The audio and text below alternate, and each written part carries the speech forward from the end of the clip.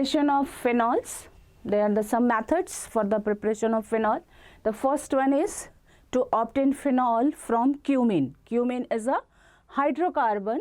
The formula of cumene is this: C6H5CH3CH3. So when cumene is treated with air at 60 to 80 degrees Celsius, it become oxidizes and form cumene hydroperoxide.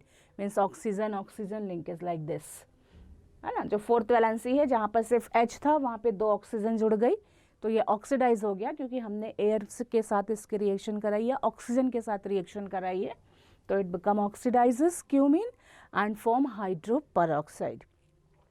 This cumene hydroperoxide when treated with dilute sulfuric acid gives phenol and acetone CEA.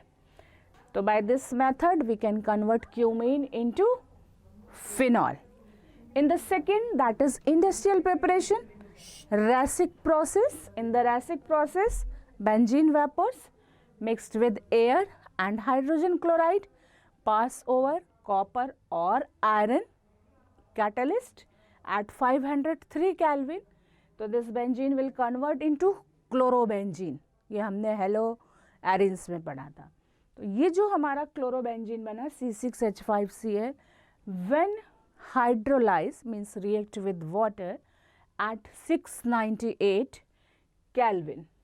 तो इतने temperature पर this chlorobenzene convert into phenol. This is the industrial preparation of phenol.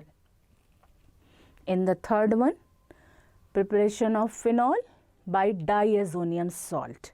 Diazonium means N double bond N. तो अब ये diazonium मिलता कैसे है? When aniline, this is aniline C6H5NH2.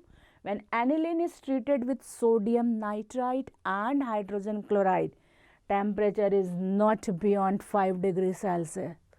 5 degree से ज़्यादा टेम्परेचर नहीं होना चाहिए, तो हम इसको ठंडे में करते हैं, नहीं तो रिएक्शन नहीं होगी. गर्म होने पर नाइट्रस एसिड नहीं बनता है.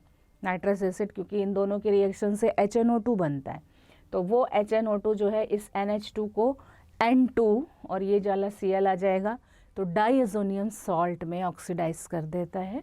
तो aniline is convert into diazonium salt. अब इस डाइजोनियम सॉल्ट या डाइजोनियम क्लोराइड का हम वापस से वाटर के साथ रिएक्शन कराएंगे, बल्कि स्टीम के साथ, क्योंकि हम गर्म कर रहे हैं इसको. तो when diazonium chloride is heated with water it